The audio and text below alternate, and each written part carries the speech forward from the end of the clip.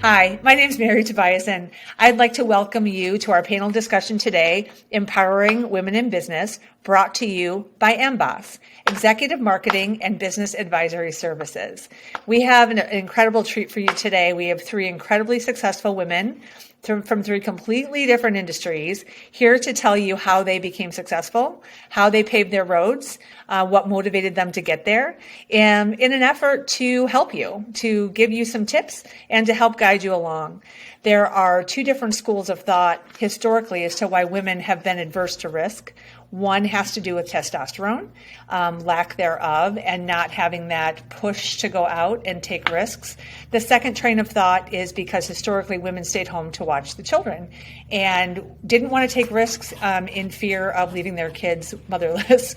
So those are kind of the two historic reasons that people think perhaps we haven't gone out and done what men have done. So now it's time. Women like the three incredible women we have today, Shanita, LaRae, and Liz, will tell you their own stories on how they made changes, how they differentiated themselves, and how they found success and continue to pave the road for other women in business. We're going to start with Shanita. Tell us a little bit about your story. You overcame adversity. You didn't listen to no. You accomplished things that so few women have accomplished. We are so excited to have you. Please let us know how you did it. Well, thank you. It's an honor and privilege to join you all on this panel with my fellow female colleagues in the entrepreneurial and other areas of expertise. So I'm Shanita Baraka Akintonde, and I am going to share a snippet of my story. There are several stories, and I say this only because depending on who you talk to, we as women are often shown or taught ways in which to minimize or marginalize our stories. And so what we're going to be doing on this platform is the exact opposite, which is to amplify. So I was born a little black girl grew up on the south side of Chicago. I was about to say born there. I was born in Stuttgart, West Germany. So yes, you can say you know a black woman who was born in Germany, y'all. Stuttgart, West Germany, and by way of my two parents, Danny Wayne and Mary Catherine, came back to Chicago, to the south side of our city, where my parents lived prior to my father's military stint. I grew up in a home in which I was taught from two tenets of basic, Marxist ideologies on one end of the spectrum, Malcolm X on the other. But in the middle, the hub of the wheel was what was called own your superpower and claim it. That primarily came from my mother, who, despite being a homemaker, made sure myself and my sister were very much locked and loaded with our ability to understand that no's are just not yets. And so I grew up in a very positive environment that I didn't realize what a repository of just wealth that would give me as I moved and navigated through life, because of the number of doors that have been slammed in my face, because of my race and gender and other things perhaps. And so what I'm excited to talk to everyone about this evening are some tools and tactics that I've used personally to overcome that. The second thing that I want to share is quite simply, one of the things, as I mentioned a minute ago, about women in particular, we are, marginalized, or in the words that I use when I write, because I've written several books on this topic. I'm a professor, I'm a podcast host, I'm an author, a newspaper columnist, a wife, a mother. So lots of hats or crowns, tiaras, as I like to call them. And in each one of those areas of my life that I delve into, one of the things that I am very clear about, and I say this to myself, and I give this as advice to women as well, is I talk to that little 10-year-old girl inside of me, and I tell her, you're on the right path. And I remind her to remain focused on her dreams despite what may be thrown in the way to discourage her from moving forward and achieving those dreams. And my favorite part of that, after we have the conversations and I sit and chat with my younger 10-year-old self, is that I hug her. I hug her real, real tight. I clench her real, real close to me just before she leaps over the side of that cliff, which she does inevitably every time we do and have these conversations. And I watch her as she delves over the edge and those wings sprout out and she starts soaring. And I share that because I think for many of us, we need to talk to those younger girls inside of us and remind them too that they are on the right path and that there are going to be doors that are closed. But what I like to say is when the doors are closed, then I just go not only find a new door to open, but I build an entire house around that door, multiple houses, as a matter of fact, and open those doors accordingly as needed. So it's interesting because for me, and maybe it's the sadist in me that I've become, but the no's are like my rocket fuel. As soon as I hear no, I don't get upset. I don't cry. I don't go, oh, why me? I say, thank you. Thank you for saying no, because you know what? You don't know what you've riled up in me now. That's my rocket fuel. So you've said no. That gives me a moment to take a step back and assess or reassess. It gives me an opportunity to know perhaps that no meant because there's something better waiting, which often has been the case in my career. And it has given me an opportunity as I look back over my 30 plus year experience in education. I mentioned a business consultancy. I worked for some advertising and public relations agencies and now consult others on how to do things for clients in terms of how to propel them forward in a proactive and fiduciarily responsible way. But in each scenario in which something happened that had me a bit taken aback at the least, or at the worst, devastated, when I look at what the outcomes were when I got past it, when I looked beyond it, when I was able to use it as a stepping stone versus a setback, inevitably, in most cases, I have been appreciative of that experience happening. And so like I tell my students now with COVID-19 and we're masked up, the advantage of it, and I teach a speech class, for example, and the advantage I told my students in that particular class is if you're able to communicate under those masks, if you're able to still get your point across while wearing a mask, imagine what you can do when the masks come off. Imagine what we all can do once we get past these challenges that we're facing now. And for me, y'all, it's fitting in my pre-pandemic pants. Come on now, I cannot fit in them yet. But once I do, that's going to be another challenge that I'm going to overcome with applause for myself. And the last thing I want to share with you all, too, is I have a book here that I pulled up that I am a fan of. It's called I Am Enough. There are lots of books that I reference. This one, I Am Enough, I use because the words I am, and this is not my wording, this is from Joel Osteen and others, but what follows I am is what we project into our lives. And so the other aspect of my upbringing, and I have to thank Mary Catherine, my mother, for this, is she would always say to me, don't let anyone ever define you based on their parameters, their metrics that they want to put around you for you being a woman, you being a black woman, the age that you're going to ascend to, right? All the discriminatory things that we face. Women face them today more than ever in multiple and myriad ways. And she would always say, put the words I am and you define what follows it. So this book I picked up in the bookstore recently that says I Am Enough is what I encourage women to tell ourselves. And if you don't put enough behind it, put a word behind it that reinforces and validates you and empowers you. And even if you have to fake it till you make it, use that language because that's the kind of thing that's going to be your crutch or your resource as you are going to navigate through the world. It's not about always having to be up, and it's not about being perfect. It's being perfectly acceptable of your imperfections.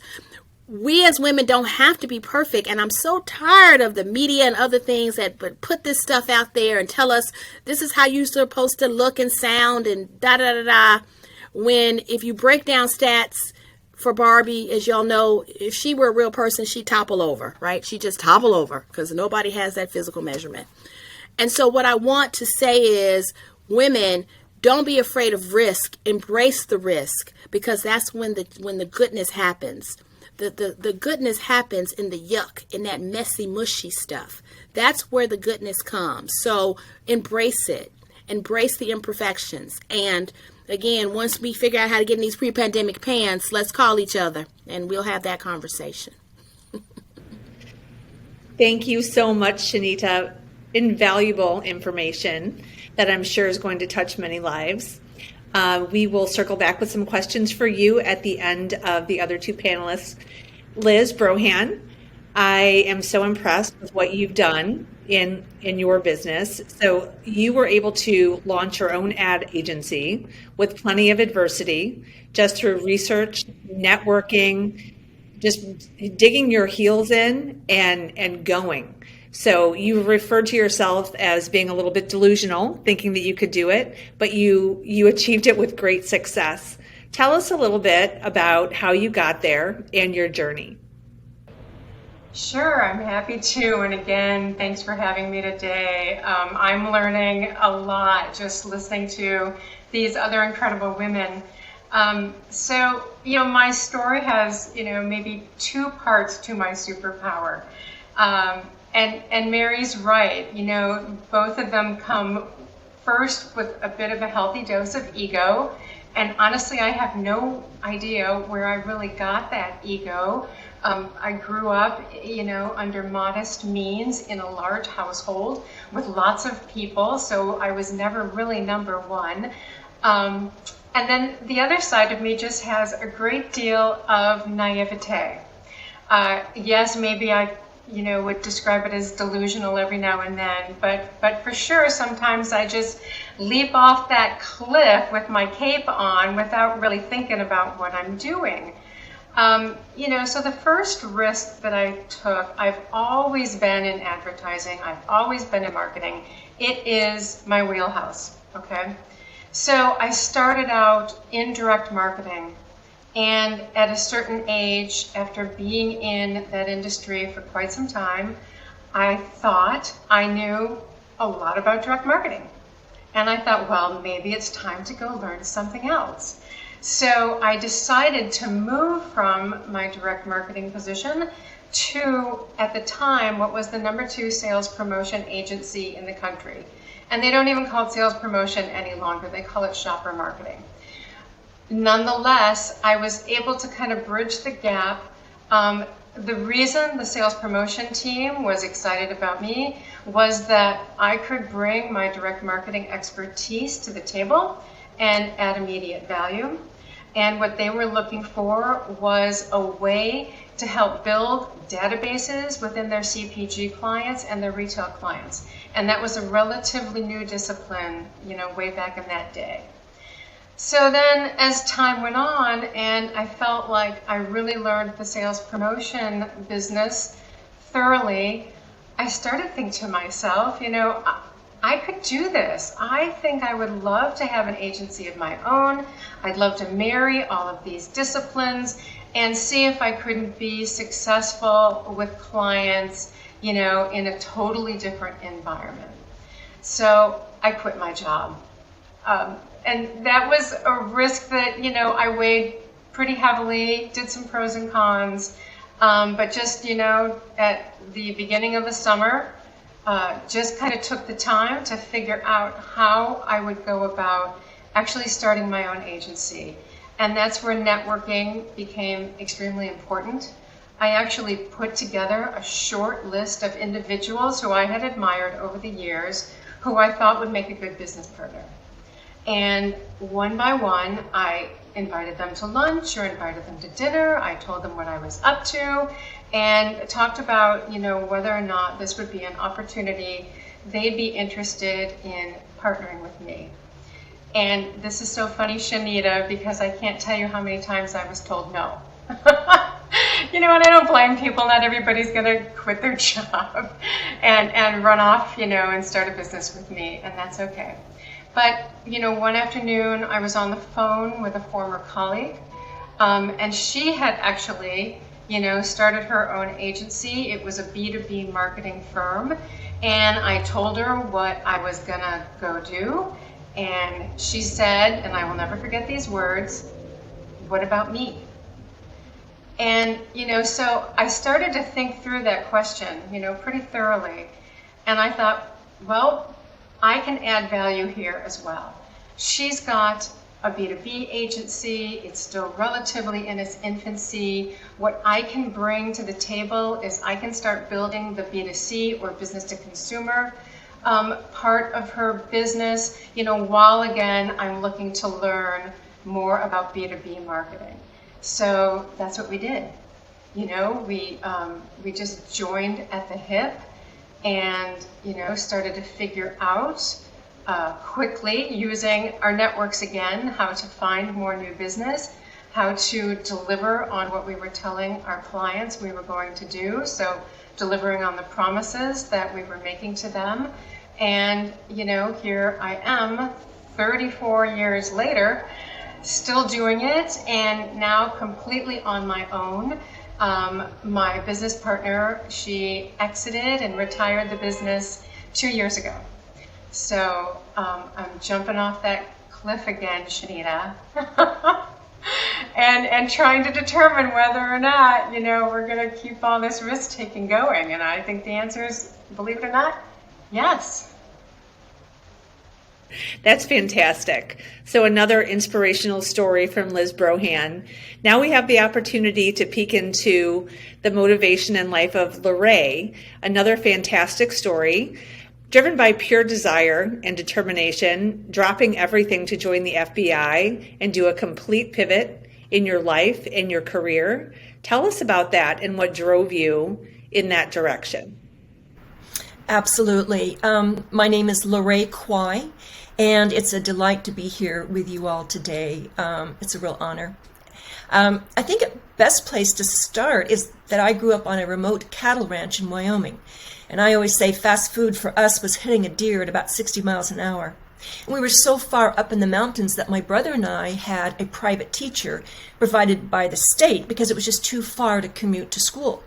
And hundreds of head of livestock depended on us in the harsh winter days for hay and water. And when the weather was harsh, that's when we needed to be out there because their lives depended on it.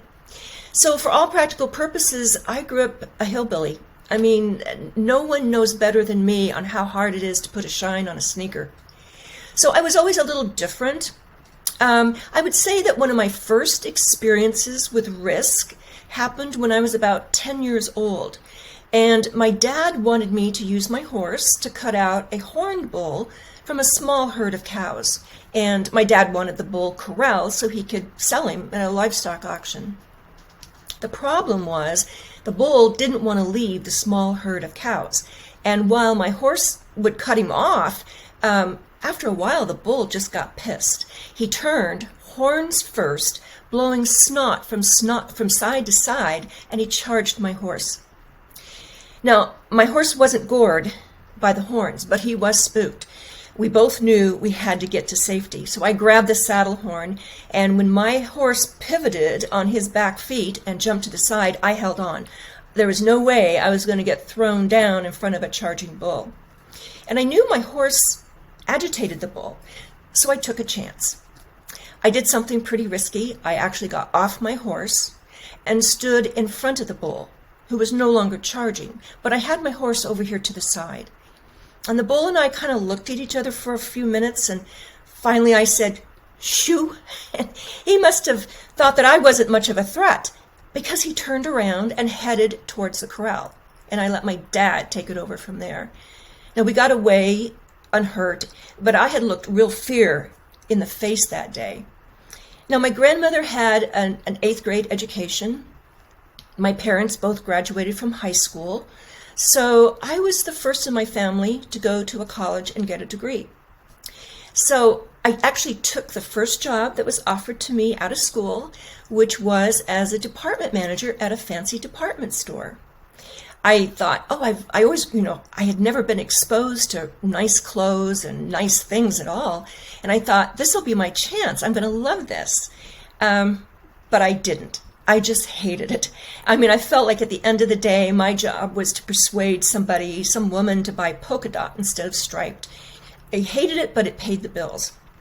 So I went back to school to get my master's at Arizona State University, and the FBI came onto campus to recruit new agents. I interviewed, and they really liked the fact that I grew up tough. that I could face down a charging bull. They liked that I wasn't pampered or entitled. So I took a risk. I quit my job, I gave up my apartment, and headed to the FBI Academy at the Marine Corps base in Quantico, Virginia. And there were out of 40 agents, 4 of us were women. So I will remember my first day at the academy. We all stood up and introduced ourselves, right? And some guy over here had been with the Marines, and he had been on a dangerous mission in northern Africa. And then a guy in front of me stood up and said, he was a prosecutor from New York and had helped take down, an organized crime gang. And then somebody over here stood up and said that he had survived a shootout in New Jersey. He was a police officer. And when I got up to introduce myself as a buyer at a fancy department store, everybody just sort of turned to get a look at the fluff ball that had accidentally gotten into the FBI. So that was my beginning. It wasn't easy, but I loved every moment of it. That's fantastic. I love these stories, so empowering. And I know that we will collectively help women make some pretty solid decisions and in moving forward in their businesses. So if you don't mind, we're going to circle back and ask each of you a few questions that will help women do just that.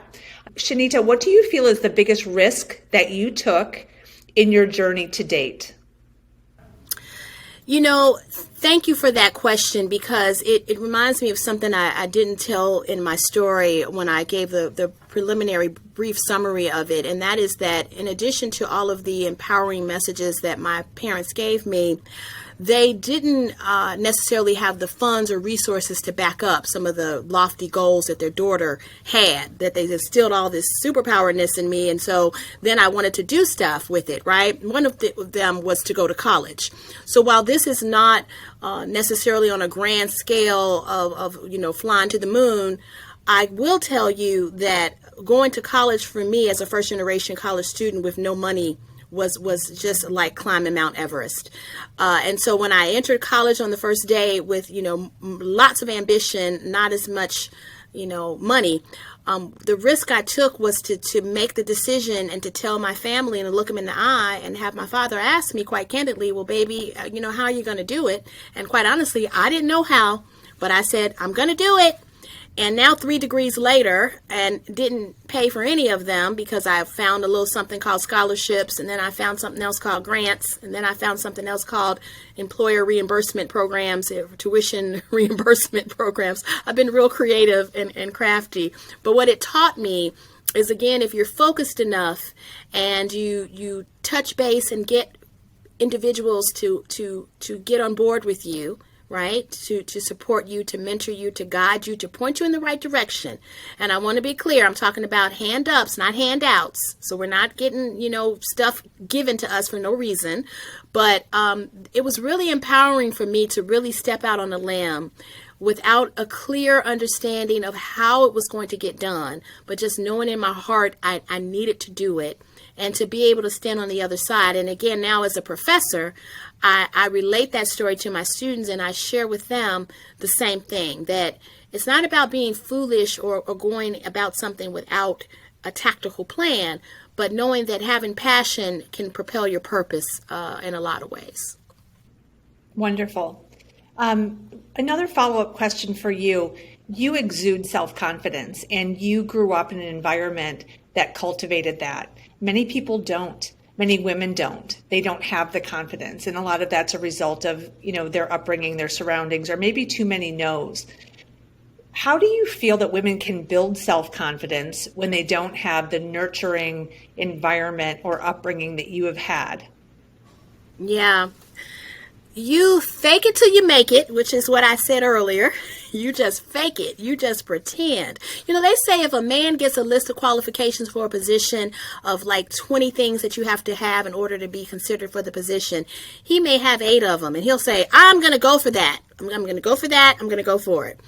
And we as women can have 19 of the 20, and we'll say, oh, gosh darn it, that last one, I don't have that skill. Don't know if I should apply. We need to understand that a lot of this in both men and women And I'm a daddy's girl, and I'm married 25 years. I'm a mother of 2 sons, so I love men.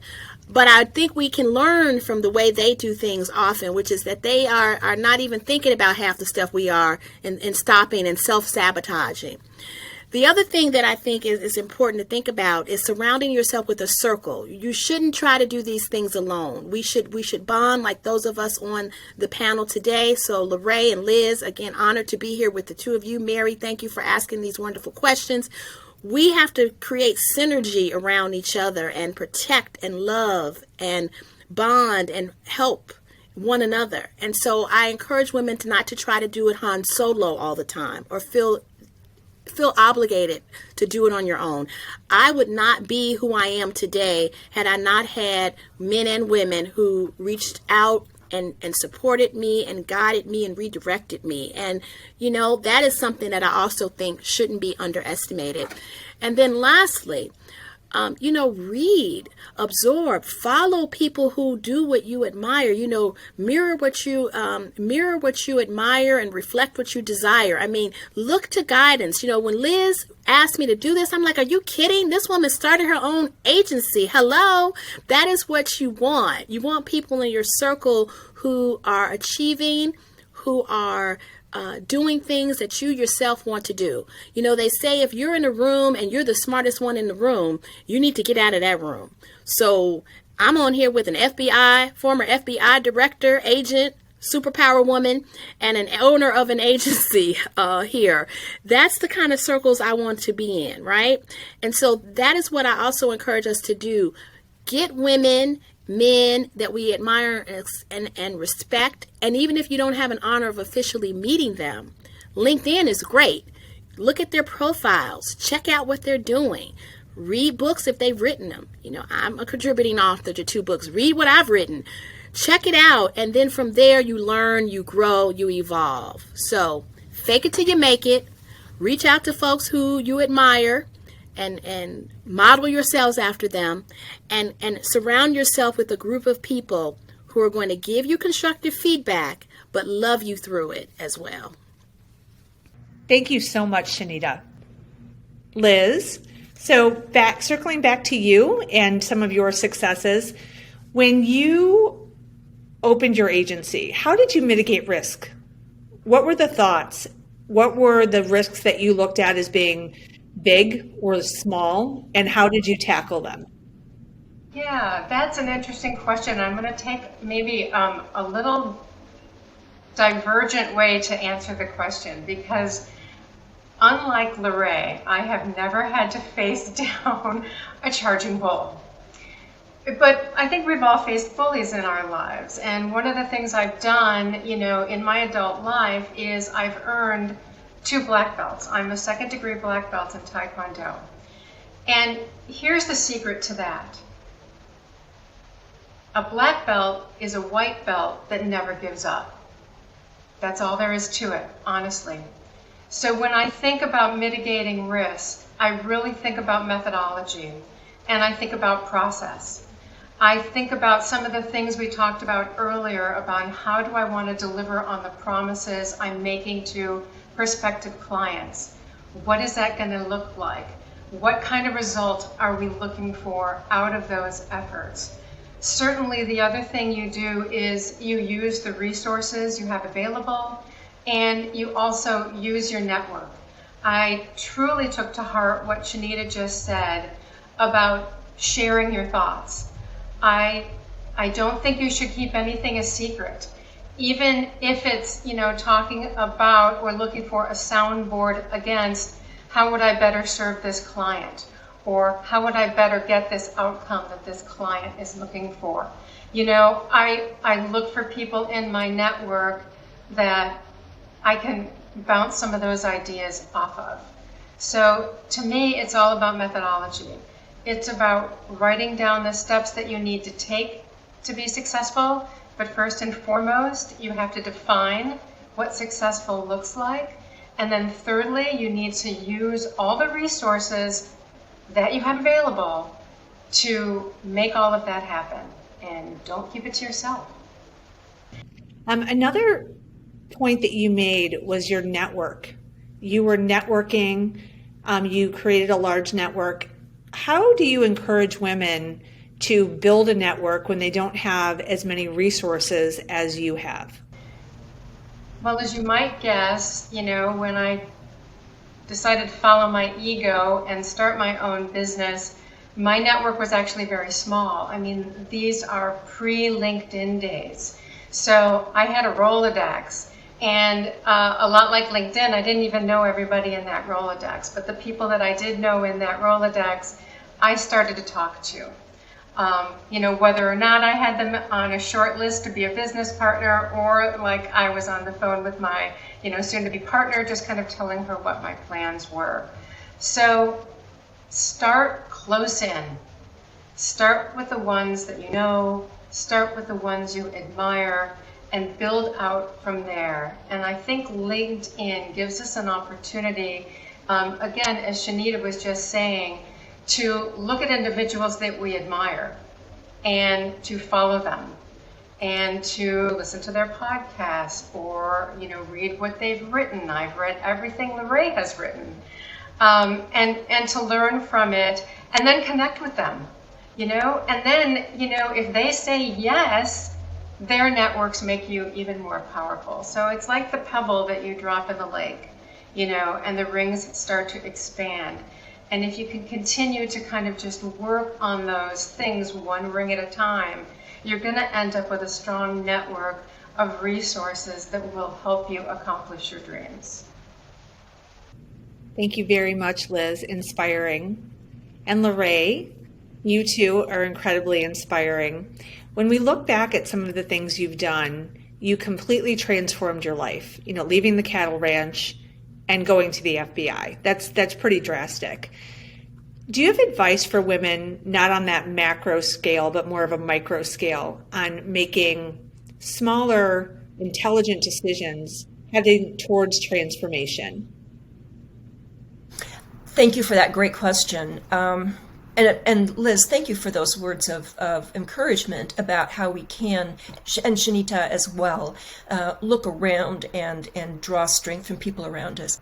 I'll have to say, I never had a mentor. As an FBI agent, as a female FBI agent, there weren't many of the male agents that came forward to actually be my mentor. And I decided I didn't need them. I mean, I didn't need those guys to give me words of wisdom and bolster me up. I wish they had, but I couldn't just wither because they weren't there. So I had to do it myself. And the way I did it was I just identified the winners. Now, I spent 24 years as an FBI agent, and I worked most of those years as a counterintelligence and espionage agent. So what I did is I just identified those agents on the squad, and they were men, that did their job very, very well. And then I just started imitating them. I picked up on what they did that was so successful. I mean, Leo would roll over in his grave if he thought that he was my mentor. I mean, we never even had coffee together, but he was the best. He was one of the best at what he did. And so I just watched. And I took notes and I applied that to my cases and what I was doing. I'm not saying that was the easiest way of doing it, but, sometimes you don't have. Sometimes it's just you, and you have to find a way through or over or around whatever obstacles in front of you. So, but I do encourage people who have that option to reach out to others for their encouragement and their wisdom. And as far as advice, let me just say that when I took my physical fitness test at the FBI Academy, I was the 1% that makes the other 99% possible. I had a very difficult time with push-ups. And so when it came time to do the test, my coach knew that. And so he made sure he was the one to count my push-ups. And I got to the 9th push-up and he wouldn't count it. And it was like he counted 9 about 9 times. And I'm thinking, oh my God, I'm never going to have enough strength to get all 50 push-ups out and counted. And I didn't. I failed that test by 1 point, and it was a push-up. And at that point, I was absolutely overwhelmed by the fear of failure. I had risked everything to start this new career. And now I was really close to being washed out at the FBI Academy because the physical fitness test was a requirement. And I had to really dig down to discover why I wanted this job, what was truly important to me. And I think to anybody who's listening, once you understand your values, you'll understand why something is important or why it's not, why you will give up when the going gets tough. Now, internally, the FBI stands for fidelity, bravery, and integrity. Now, I realized that those were the same values that I'd been brought up with on that cattle ranch. They were values I understood and I could live by. And that is what it took for me to reach down in my boots and do what I really needed to do in order to graduate from the FBI Academy. So I would encourage everyone, first and foremost, try to get a handle on what is important to you.